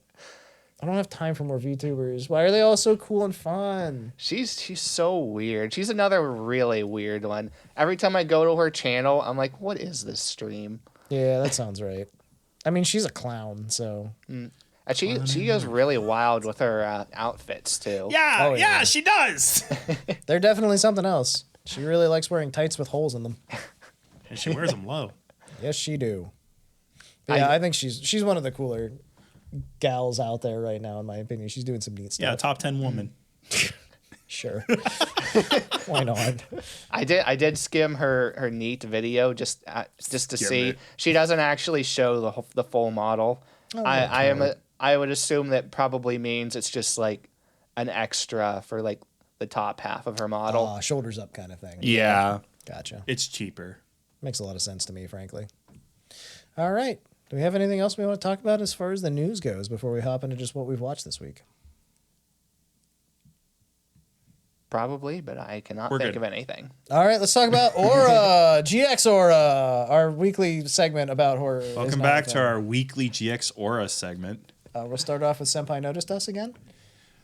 I said something in her chat about watching a loading bar, and she was like, for fuck's sake. And I was like, yeah, we're doing it. This is just one of our segments talking about the first woman to ever speak with us. Hey, I met Urika face to face at Otakon, I'll have you know. And Buff Pup, hilariously. Yeah, where's the Buff Pup update? Buff date. Buff date. I don't know. I opened her stream the other day on Twitch. She was chatting because she's a chatting streamer. She was entertaining. Additionally, she's still buff. Buff Pup update complete. It'd be kind of weird if she stopped being buff. Like the model's like, oh man, I really got to get back to the gym. I'm starting to lose it. It's like, why did you pay so much money to simulate this? So much work. It's like a fucking like life sim stream. It's like, hurry chat, type more so I lose calories. Thank you chat. Remember to keep me up. I might die for real. For real. No. That'd be an interesting gimmick. The VTuber that might die if you don't take care of them. It's like a Tamagotchi. I need more money. Somebody did something similar like that where they democratized their entire life. And they were like, every quarter they had to go to their live stream and like report how things are going and be like, all right, do we want to stay with the girlfriend? I really like her, guys. And there was a fucking vote on whether he would continue dating the same woman. Walks in and sees the OBS scene. It's like, what are you doing? She knew about it. Like, she was in on it. Why? He literally would go over all of his finances, all of his personal life, everything, and it was all democratized. Okay, honey, they're almost done with the condom vote. Like, sane behavior out there. Sanest streamer. I wonder whatever happened to that guy. I don't know. I don't think, wrong vote. I'm not sure I want to know. Fair enough. All right. We were talking about GX Aura, and then we got distracted. She played Minecraft this week, which was great. She had a creeper outfit on. That was something else. Thank the Lord. Did either of you watch any of this? I watched the beginning of it, and then I was like, I can see how this is going to go. Yeah, I watched most of it. Oh my god. So this is Minecraft with a twist. People could modify the game by donating bits or subs or redeeming points, channel points on Twitch, because they're a thing. And there were a bunch of different effects that could take place. Sometimes it would spawn a TNT block right under her. Sometimes it would spawn a 10 by 10 block of lava that she was in. Sometimes it would spawn an ender dragon. Yeah, why not? Just things that can happen, things that are normal. Or it would fling her into the air very, very high. Yes, indeed. It began with her immediately getting blown up like 7 times and then dying in lava and getting attacked by an ender dragon. And I was like, this is great. Unfortunately, I had work to do and I had to go and do things, so I didn't get to watch a lot of it. But the beginning for me was really good. So I watched it. She's like, okay, hold on for the first couple of minutes. All right. She played for the next 40 minutes and did nothing but die for 40 minutes straight before she decided, I think I need to change the rules a little bit, which she ended up tweaking the rules through the entire stream because it was never enough. Manager! It's amazing. It started off 1 sub would blow her up, or 2 gift subs would make her fly in the air. 3 gift subs spawned the ender dragon. Yeah, and she immediately just started getting subs. It was amazing. That's not a lot of money to harass someone. I'm used to paying much more. And the bits were even worse. It was 10 to 99 bits to spawn lava under her, which, by the way, is 10 cents. 10 cents. 10 bits is 10 cents. You could literally That's not spawn a lot of yen. You could spawn lava under her and kill her for 10 cents. Yeah, it's amazing that she played for 40 minutes before adjusting that at all. But there were a ton of different. You could be nice to her. You could give her gifts. Somebody gave her diamond armor immediately, and then she just kept dying. So whatever. By the end of the stream, she she died so many times. It was not worth trying to count. By the end of the stream, the spawn for it literally just looked like the Nether. It was nothing but lava and ender dragons flying around. It looks like a planet Goku's been on for more than 5 minutes. There you go. What's this about a rabbit, though? Tell us more about Save the rabbit. Please. So, at one of the points, whenever it spawned lava, it didn't just spawn Liu in lava. It spawned a block with her standing on it with lava around it. Right, right. Well, at one point, it did that, and a rabbit also got spawned there. Okay. So at some point, she turned on creative mode because she could literally not leave the spawn. It was nothing but lava. Yeah. So she flies up and realizes there's this lone rabbit on this block surrounded by lava.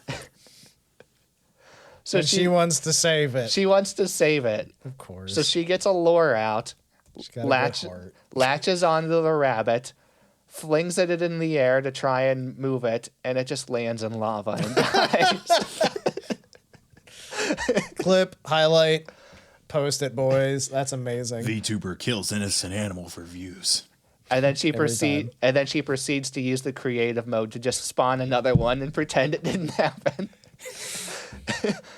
And then chat continued to spawn more lava and just kill it again. Sane behavior. Good lord. She also played Master Duel. Yu-Gi-Oh! Master Duel. Yugi boy. Yugi boy. Yugi boy. There it is. She had a dual disc on her model, complete with Uno cards. I mean, very rare Yu-Gi-Oh cards that someone sold to her, and for a very good price. It's all legit. She skipped the tutorial.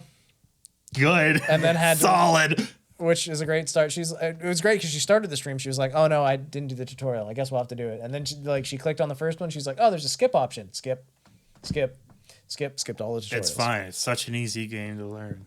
Oh, that's what you think. And then that's what I see. That's not where it ends, though. Keep going. Because the next thing that happened was she gets a pop-up that's like, "Now you need to download 8.43 gigs of data." Good job. She's playing on PC, right? I don't know actually. Probably I would imagine. Most likely because there's a PC port. Yeah, that's mobile game design. 100%. Either way, this is the point where she vamped for a good little bit while her strong British pipes downloaded the internet. It runs on Steam, innit? Too right, mate. Gotta get the internet sweeping. She downloaded all the game. At this point, I chimed in from the chat because I was watching this live. Nick, live on the scene. And said, "Man, I love watching download." I don't even know what I said. "Man, I love watching download streams." And her response was, "For fuck's sake." Pure disappointment, followed by, "I think I watched one of your videos once." I was like, "Yeah, we like you. Do it again." You are under no obligation." But yes, it was just a funny little moment, and I was there for it. So immediately after that, she bought Dragon Maid cards. One of the pre-made Dragon Maid cards. Yeah, the Dragon Maid set. It's fun. The art's spectacular. All the Dragon Maid cards look really fucking cute. Yes, it was right fucking after Kobayashi Season 2. Shameless. I fucking love Yu-Gi-Oh! Konami being shameless. Who would have thought? Oh, fuck, I threw shade again. Nah, Yu-Gi-Oh's base. The designs are just insane. It goes from like, good stuff. That's really original and cool to, that anime came out yesterday, dude. Calm down. This is a really fun one. She was playing through the story mode, and she was narrating it the whole time. Yeah. And her narration was really good. She has a good narrator I know voice. the first time she did it, she started narrating it, and I thought it was the actual narrator at first. It's like, oh wait, that's her. They hired her She's for really her good. voice, folks. She can do really crazy stuff with her voice. She's really good at it. The other thing was there was at one point somebody donated some bits with like a really long, like really intricate comment, and she read it off, and then she was like, "Yep, okay." And then the guy in the chat was just like, "It's a Berserk reference," That explains it. and I was like, "Oh, that makes sense." I remember that. It was a good moment. All right. Anything else from Ori this week? You gents saw more of her than I. There you go. She was playing Yakuza again. Yeah. Yes. It must be having it. She's been playing a lot of that. That's what the Yakuza next- fans do. The next stream that's coming up, she has a ranking of how much she likes each game online. So yeah, she's a fan. She's finishing up Yakuza 6 in the next stream. That's her finale stream. So look forward to the finale. Up next, Onigiri did a collab with Narissa on Twitch. Giri has been collabing with a ton of different really interesting people recently. allowed? Yeah, it is now. I mean, LaPlus is streaming exclusively on Twitch now. True. So Giri and Narissa got together. There's some really, really good moments in this that I enjoyed personally. You can watch the VOD. It's still up. She made a tater tot hot dish, which included ground beef, green beans, corn stew, and mixed in tater tots and cheese. So it's some sort of a casserole is what I'm gathering. Yeah. The VOD's still up, like we said. You can check it out. There's a very particular moment where Giri's just like, she's basically like hinting out the fact that she has models that she's not like sure that she can use right now. And Narissa's just like, go ahead. Go ahead and do it. And she's like, no, I might actually break TOS and I might get kicked out. And then Narissa's just like, that's okay. You can show me off stream. And Giri's just like, yeah, I can do that. Narissa's down so bad. She's the downest, baddest. She's so far in the bottom left. Hey, she's here for it, man. She's giving Ollie a run. All right, up next, Bijou defeated Rykard from Elden Ring with her rock only build. Who's this? Oh, Who's this Bijou? Well, you see, Is have she- you ever seen a rock? Yes. Imagine if that rock was a woman. I'm instantly in love. So, Rykard from Elden Ring. I've not played Elden Ring. I'm one of the 5 people that haven't.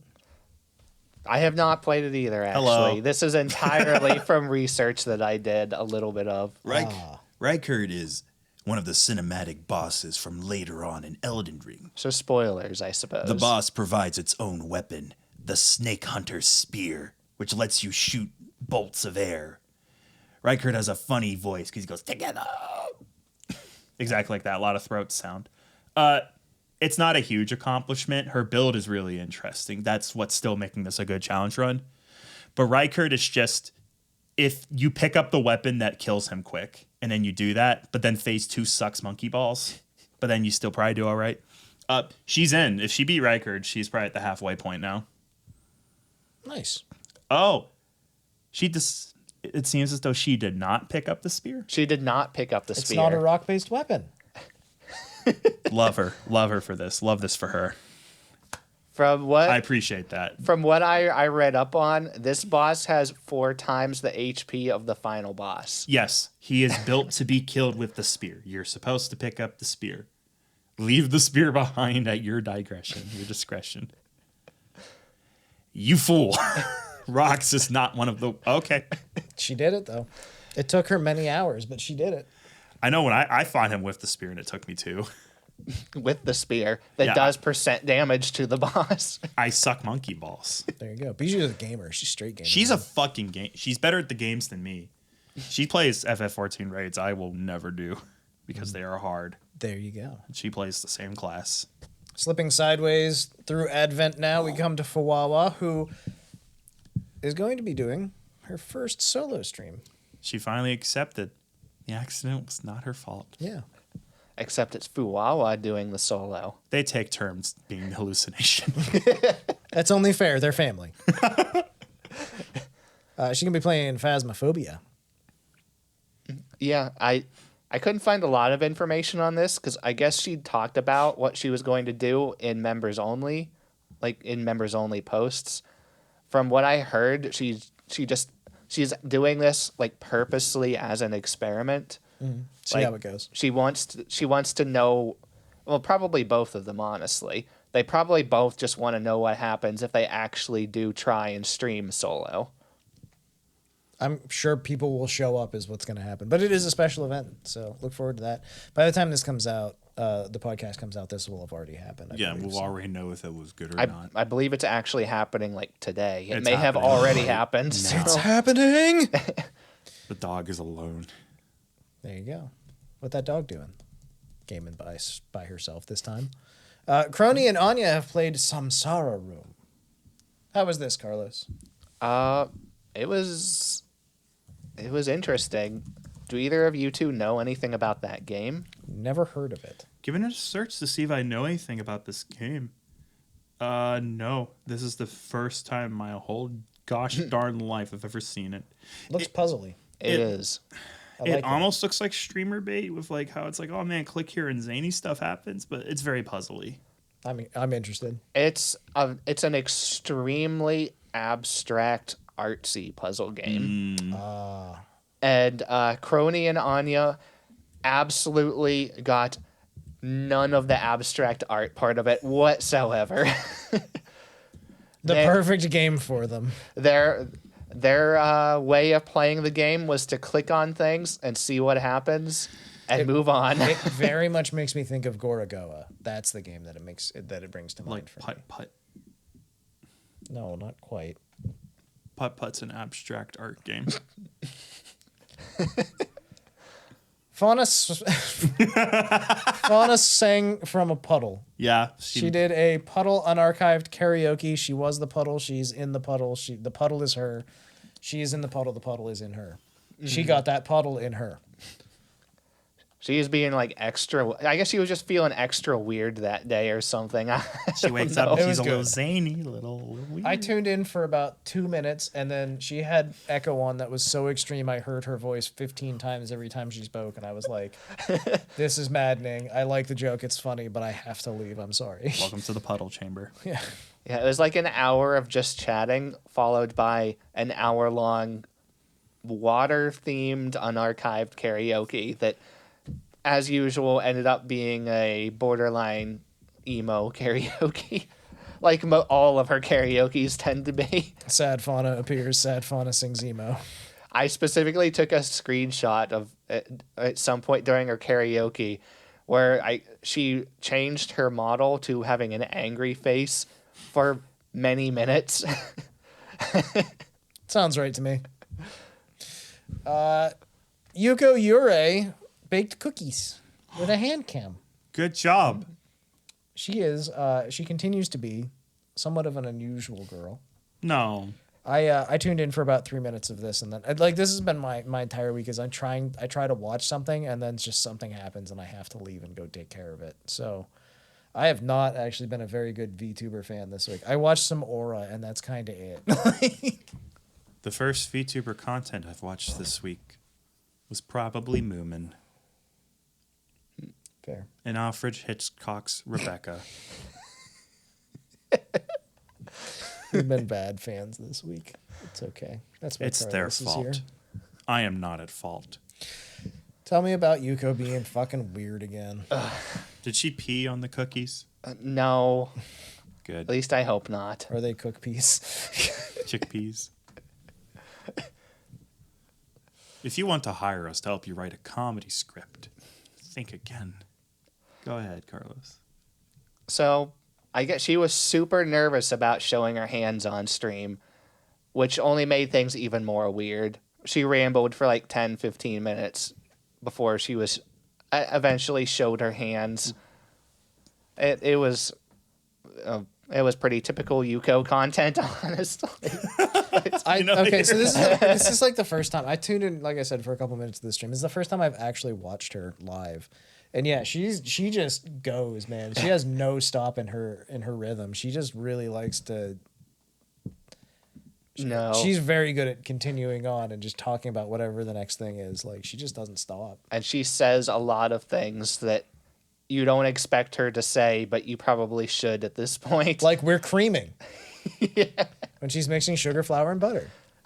Because that's what you do. You cream the ingredients together. Did you know that? Yeah. It's always Have you important. done much baking? I usually cream once a day, depending on how much I'm baking. He's big into baking. Yeah. So let me explain to you her setup. I included a nice handy image for you. Oh, well, how nice of you. Good. Let me check the doc. So her image, her setup Okay. table, of course, For cookies. pink mouse pad Okay. For with her mouse on top of it. yeah, that's where In it the goes. corner. Her mixer also on the mouse pad on the other side. Oh, you mean her audio mixer? No, her food mixer. Oh dear. So measuring things, smack in the middle of also the mouse pad. Can I make it our official goal to get Yuko Yurei on this podcast? I'm gonna make You it our go- I'm gonna make it our official goal to keep her off this podcast. Fuck that. We're bringing her on. Where's Cameron this week? We need your help. That is, I think, our entire goal now is to get Yuko Yurei on this podcast, and then from there we'll get somebody for you. We'll get Limu or something. We start the podcast episode. It's just me. Like, I don't approve of you. That's fine. That'll be interesting to watch. I want to see how the dynamic grows. So you're a ghost? She's a ghost hunter. Then I see. Tell me more. So anyway, So top down view, pink mouse pad, mixer on the mouse pad. Cooking. Yeah. We're baking on a mouse pad. so she's We're there. gaming. So she's there measuring things. It's just falling off onto her table as she's doing all this. I think one of my favorite parts, she has the little teaspoon. She's measuring vanilla in it. It just spills all over her table because of course it does. And That's she how it goes over to the mixer to put it in the mixer. She just smacks it against the side of her mixer and it just goes all over the Dumps place. all over the place. She completely misses the actual bowl and it just flings everywhere. Amazing. I'm surprised she owns a mixer, if I'm being frank. Just because, like, I've had that internal argument before. It's like, I don't need a mixer. I don't bake enough. So she bakes enough. As someone that really does enjoy baking, I really wish I had a mixer. Respect. The mixer game is it's a big choice. If it's a KitchenAid, I mean, that's money right there. That is money. But speaking of the mixer, Why is there more about it? so whenever she actually was towards the end was scooping out the dough, she had a little mini ice cream scooper for it. And it's like, why does that look so weird? And I was wondering that the whole time. And at some point she's like, oh, by the way, guys, look at this. I have My Little Pony stickers on it. I put them on so you can't see my reflection. Wise. And I go look over at her metallic mixing bowl on the other side that's also reflective. Little did she know, I've been seeing the dogs this whole time. For free. I got past that pay gate. Oh my God. Yep. She Yeah. continues to be a little bit off kilter, but entertaining all the same. It's just she messes so many things up through this stream, makes a horrible mess. Like she eventually it doesn't turn out well. The dough doesn't turn out well, and she's asking or explaining to the chat what's going on.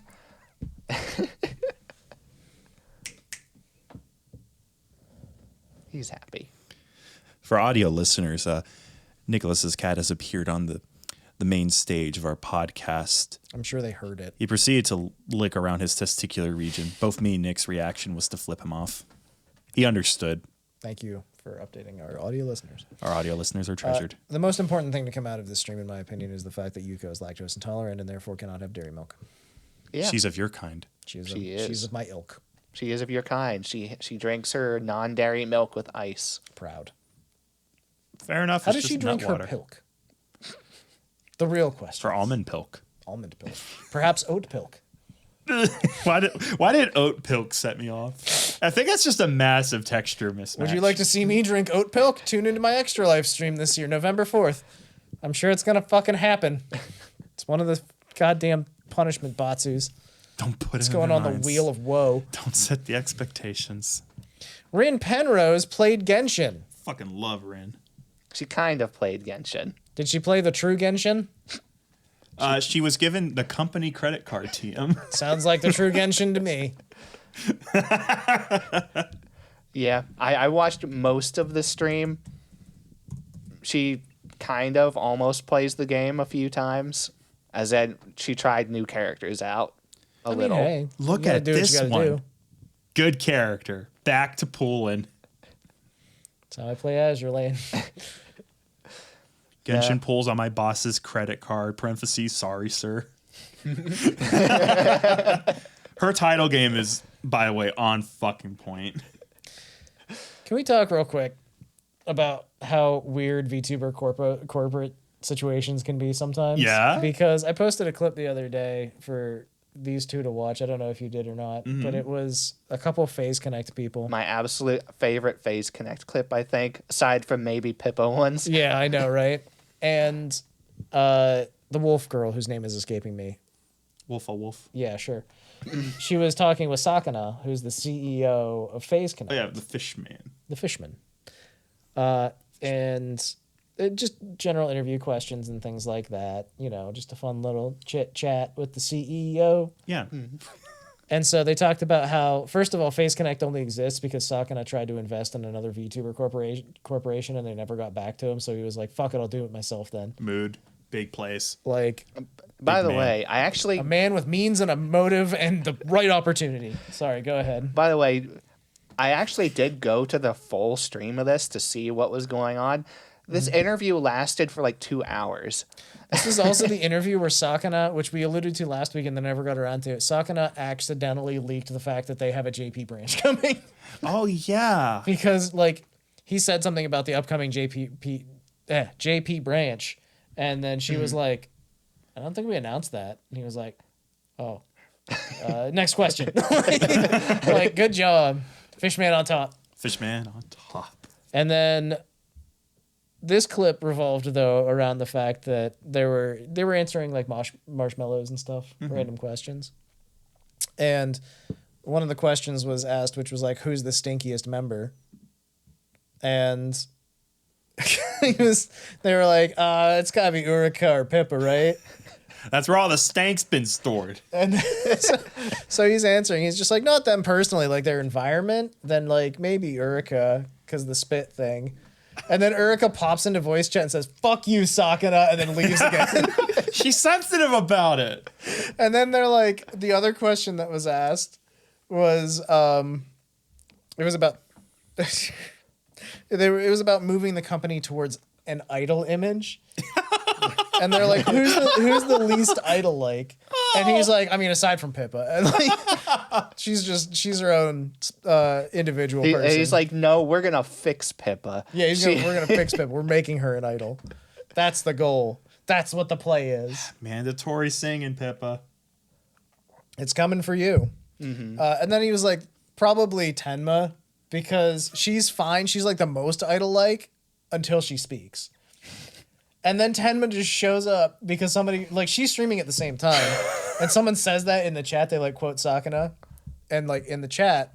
And Tenma just shows up and says, "What the fuck is this going on, Sakana? What the fuck are you doing?" Like, just chews him out. As soon as she pops in the chat, like in their voice chat, and starts screaming at him, and immediately he just goes, "Oh no!" Because apparently this isn't new. She just yells at him all the time. And then at the end, she's like, "Fuck you, Sakana. I forgive you, but I will never forget." And then just closes. Like, just leaves. He was like, "Anyway, we should probably move on." Do you have any questions that won't get me in trouble? That was at that point. Because the Tenma part was first, and then Urika showed up later, and then Wolf Girl, who was doing the interview, was like, "You got yelled at by 2 talents today." He's just like, "Yeah. Yeah, it is what it is." I remember seeing a little bit more of that, like that stream too, when, like, outside of that clip you sent me, and he said at one point he was having a meeting like with Pippa, and Tenma just randomly showed up in the middle of their meeting, screamed at him for 5 minutes, and then left. And I bet she was drunk too. Rin, you got fucking the Earth dude, Zhongli. What's his name? The guy everyone's thirsty for. Zhongli, yeah. Yeah. So I guess back to Rin again. We'll go back to Rin real quick. Yeah. She got Zhongli. Yeah. You saucy bitch. This was a. The purpose of this stream was, from what I could tell, not to actually play or have anything really to do with Genshin. It was her to just purposely troll the Genshin players that are her viewers as hard as possible. She's like that sometimes. She likes to play a couple tricks. There's some tomfoolery about. We do a little trolling. She was doing single pulls, and chat was screaming at her. Oh my god! Chat's like, do 10 pulls, please. We're going to be here all Your day. odds are literally worse. They aren't any worse, actually. Thank you, Genshin, actually. It just takes 10 times longer. She has to fill a stream, fellas. Calm down. I guess it was Star Rail that's like, hey, spend this much and you're guaranteed 4 at least. Don't you want a card showing 3 anime girls smiling that increases bongus whenever you fungus? There's currently an event in Azure Go on. where you can get an ultra rare character. You can get her as a random drop, but it's literally like a 2.4% chance on a pull to get her. Or if you pull the gacha 200 times, you're guaranteed her. I'm at about 150. I still don't have her. Might as well close the gap at this rate. It's painful. I'm doing a few pulls every day now, and it's just a shame it's so rare. If only there was some way to make it less rare. You just have to spend money. I had enough gacha pulls that I'm actually going to probably, by the time the event's over, because it's a very generously timed event, thankfully, I'll have naturally accrued enough to pull the gacha 200 times. So I'm not She worried. pulled Zhongli, she then kills Zhongli and drowns Zhongli. The whole time she's doing this, chat's like, he's unkillable. Like, he has by far the strongest shield in the game. And the first thing she does, she jumps off a cliff. Loses like 90% of his HP. It's like, oh, he actually didn't die. Well, what if I do this? And she swims in the water and swims until she runs out of stamina and drowns him. Glub. So it happens to Link sometimes too. All right. Anything else from Rin Penrose's Genshin stream? I've been looking forward to an excuse to speak about her because I watch her a fair deal, but never enough to like mention. Really? I've never watched her until now. I'm subbed, watched a couple of her things. She has a really watch her Blahach PowerPoint stream. It's fan-fucking-tastic. It's really funny the whole way. You learn stuff, and then you learn stuff that isn't true. I just know she's my spirit animal because the entire time I played Pikmin 4, every time I asked Ochi, the space dog, to do anything, especially attack enemies, my catchphrase was always, fuck him up, Ochi. And then she played it, and she shouted, and I quote, fuck him up, Ochi. So now I understand that we're a very similar person. Gotcha. I'm too busy watching Yuko just like take her headset off and like throw it in the vanilla on her cooking and then just put them back on her head to not acknowledge it. The gremlin energy is what you seek. I see. This makes a lot of sense. All right. If gremlin energy is something you want to see, I guess check us out again. We're Super Chats Podcast. We talk about VTubers every week. Blah, blah, blah, blah, blah. YouTube, Spotify, iTunes, Google Podcast is apparently turning into YouTube Podcast, so that's cool already. Don't worry. You don't need to get a new subscription. Rest in peace. We're now a podcast inside of YouTube Music. And, of course, Apple Podcasts. If you like what you see, drop us a 5-star review. We always really appreciate it. Let us know what you're thinking. And, Tell us anything. yeah. We can keep a secret. Are you a VTuber? Come on the podcast. Do you want to be a VTuber? Come on the podcast. DMs are open. All right, let's move on to our industry focus of the week. It's Hosho Marine. You've probably never heard of her. She only has 2.73 million subs. She's only 150 centimeters tall. That's 4'11" for Americans. Never heard of her. No one's ever heard of her, except for the fact that she's a horny boomer pirate. She, according to the official talent page, Loves jewels, treasure, and money. Her dream is to become a pirate and go treasure hunting. In order to get a pirate ship, she is now stacking up money as a VTuber on the Great Lands, just like how the other land lovers do. Which also means she's currently just a girl in cosplay. Shut up. She acts like a big sis and sometimes seduces people like a succubus does. A sensual, femme fatale boss, and a young one at that, around 17. Yes, 17. She's currently on her third tour of 17, she said. Her pirate outfit is just cosplay, and quite lewd when you see it that way. I hate these descriptions every fucking time. The official fucking talent page. Let me read you a little more from this talent page because it's pretty good. Her official message that she wants you to read first about her. She wrote this, apparently. To all the pervs out there, if you want to set sail at full mast, Captain Marine is the only way to go. And to all the non-pervs out there, people say I'm really entertaining, so there's a chance that even you might enjoy my company. Even with my ample experience, I've run out of life lessons to teach. That said, I'm still picking up new stuff, so you'll always learn something new. In particular, my advice to the unemployed or those moving jobs is sure to be right on the money. I mean, I keep hearing about people who manage to move jobs because of me. I'm also the proactive sort in setting up collabs and special streams. Blah, blah, blah, blah, blah. She even has a Q&A session and a catchphrases / memes section on her official page. Catchphrases / memes. She has a Maringlish mention when she speaks a foreign language just by winging it. 95 out of 100. That's the score most of the time, she says. Last time I winged a language, I got kicked out of the restaurant. Hey. I'm uncomfortable. Overseas sexy guys and ladies. That's how I call out to my overseas viewers. I believe it with all my heart, and they're the sexiest people alive. Finally, someone besides Mother sees it. There's also Jack, a gender bent version of the captain from the 3rd Gen Host Club stream. I disavow him. Is hot, smooth, and will never say the baby is his. What the actual fuck, you bastard? I thought Calvin was bad. He just pisses. You do something else, Jack. You plunder. Are you really 17 years old? I am. Believe me. 2021 is my 3rd go around, according to her. She's better at being 17 than anyone else. She has years of experience. That's exactly correct. So yes, she is very obviously very entertaining. You know Marine, come on, you're watching us. Like, she's just fantastic. Her birthday is July 30th. Get her something nice. She's a horny boomer pirate. What else is there? She says ahoy. She does say ahoy. She has a bunch of really, really great songs and music videos. Listen to Unison. Everybody loves Treasure Box, and I do too, but Unison is like... Everyone loves Unison too. Unison's baller. Unison didn't... It's not the same as Treasure Box. Yeah, because it doesn't have a tit booby ass music video. True. Unison has like a normal music video with her swaying costumes and shit, but like, you know, they're still booby ass. They're always. But Treasure Box is like, hey, this song, it's about booby ass. This video, honka donka. Look out, kid. Fellas. Unlock my box. All right, you guys. What? Anything else about Hosho Marine? What do you like? What do you think? I mean, the music for me personally is definitely the biggest standout. 'Cause she's got 3 or 4 songs especially that I always go back to very regularly.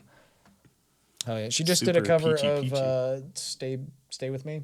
Yeah, that you are a fan of. I really like that song a lot. I really like Marine a lot. Believe it or not, I think she's great. Wowie Zoe. My appeal for Marine is that I think she has a really fun time playing around with like being kind of like more charismatic. She has a fun stage presence. Like, she has a really good voice and she knows how to use it. Probably my favorite stream of her is there's a highlight reel of her playing through all of Ao Oni, a classic RPG Maker horror game. And the whole time she's just like, this guy looks like a dweeb. I bet he sounds like this. Oh, look out. And it's like, oh, I'm into this shit. Like, yeah, her boner jokes are funny. Her booby stuff's funny. She has that nailed. I'll never favorite fucking clip is her. Marine desperately trying to kiss a girl at 3 a.m. Yeah, just calling people. Like, that's what I mean when I say Marine has a great sense of stage presence. She knows how to set up a funny joke that is a little unhinged at just the right amount and just roll with the punches. Like, she's just calling people on Discord going, do you still love me? My favorite thing about her is her laugh, I think. It's a good laugh. Because whenever she actually like breaks into a real honest to God, like just deep laugh, it's just the best laugh. Yeah. It's so good. It's pretty crazy how her voice does jump around a lot. She's really good at imitating Pikachu. Which, like, with this in mind, is something I always like to note is like how people collab. Like, I've already introduced the idea of like archetypes. Or, like, there's the chameleon who will blend in. Marine's the opposite. The collab will become about her. Oh yeah, oh yeah. It's a massive personality that works with anyone. It's just that anyone she works with, this is a Marine collab. She has taken control of it to some degree, not because she's being authoritative. It's just she's so good at delivering her tone. She has, like you just said, a huge personality. And it doesn't matter how you react to her because she's good at keeping it entertaining. And she already set the scenario, so it's funny. If you kiss her back, she'll go, Kiara, you hussy, you have someone already. If you say it's gross, ew, she goes, I fucking hate that rancid two-faced bitch. She just goes with it. Like, she's good at bits, and she commits to it. It's yeah, I just like anybody that's willing to kiss her back, she's just like, I don't know about this now. Like, I'm not supposed to win. it's like she's like, I've never gotten this far. I don't know what to do. What do I do? I can't speak with Narissa. It's too easy. She threw herself at me. I don't know what to do. Oh man. It's just like in One Piece. You don't want the easy treasure. You want the One Piece. The One Piece is real. I like Marine. Marine wears a One Piece. She does. Yeah. Which one of us is cosplaying her first? Probably me. I can see it. Shuka. Oh, that's going to be the worst episode of this podcast. Whatever. We're going to see what you look like as Kronii. Why'd you give me like the safest one? Oh boy, poofy coat, cute hair, and You're dog Rene. ears. You don't have a choice. I don't know. Be who you want. I'm not going to fucking dictate your shit. Bijou. Even though I just did. No. Bijou. No, you leave her alone. 6'3" Bijou.